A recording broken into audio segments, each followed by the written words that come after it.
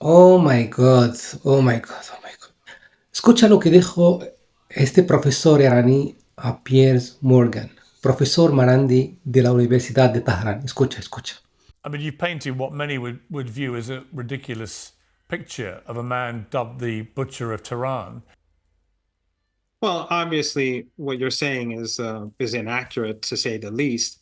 I would say the butchers are in London, in Washington, the people who destroyed Iraq, Afghanistan, Yemen during the disgraceful genocide there, the dirty war in Syria, the destruction of Libya, the sanctions on Venezuela and Cuba.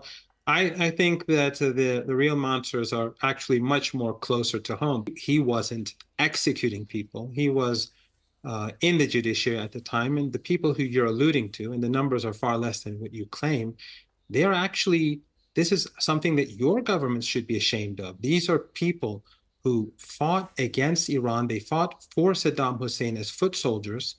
They betrayed the country. They carried out bomb attacks in this country, killing up to 17,000 people, including a president, a prime minister, and a head of judiciary. A bomb explosion near my house when I was a school student, and I was getting ready to go to school. It killed 9 to 11 people, including an Armenian family of 4. These are the people who you're saying they were murdered by Iranians. No, in Iran, no one has any sympathy for the MEK terrorist organization, which today has a major base in Albania, and it has offices across Europe and North America. So it is your government that's supporting terrorism. It is your government and your governments that are really the brutal regimes that the Professor, you came on and said you came on and spun this sort of stuff last time with the same smirk that you're doing it with this time. And the reason I find the smirk so irksome is because everybody actually outside of your office right now is looking at this thinking, is this guy for real?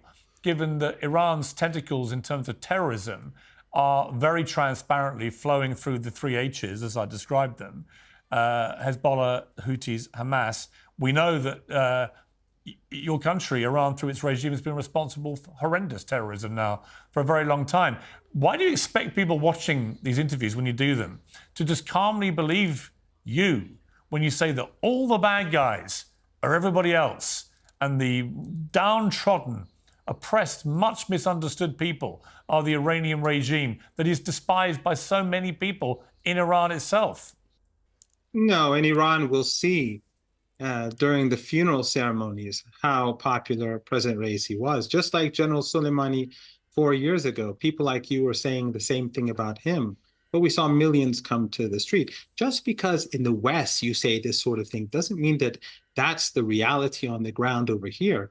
Hezbollah was a group that was created as a result of the Israeli regime's invasion of Lebanon. They went and captured the capital in 1982. Hezbollah was created as a result of this illegitimate and brutal occupation. They expelled the brutal apartheid ethno-supremacist regime from Lebanon. And Hamas and other groups in Palestine are the result of 76 years of oppression, ethnic cleansing, and brutality and apartheid from this same regime.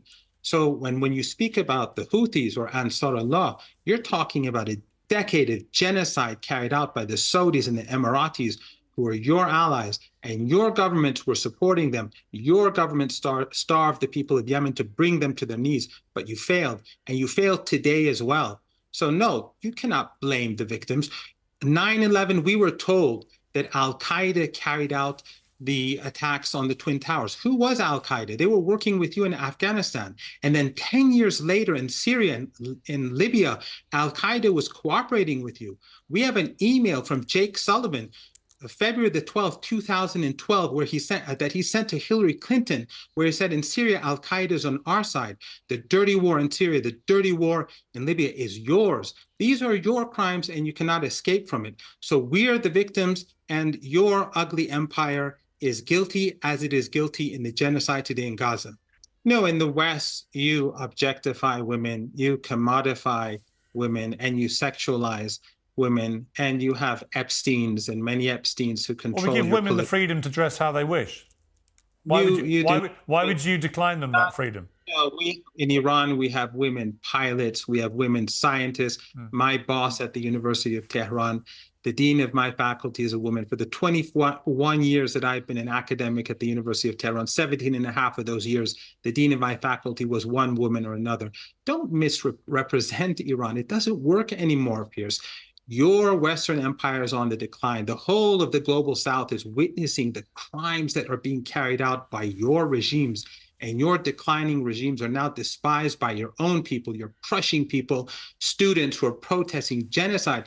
You're not even crushing students who are protesting your own government for something that they're doing at home.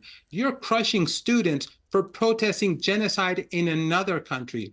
But you can't tolerate that. And your media is controlled by a group of rich people.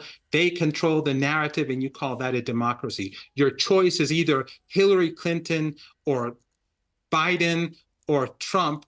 And then when that decision is made, the whole of Europe, Canada, the UK, Australia, and New Zealand fall in line as good soldiers. You don't have democracies. Déjame tu comentario. ¿Qué piensas de la entrevista? ¿Ha sido convincente o no ha sido convincente el profesor Marandi?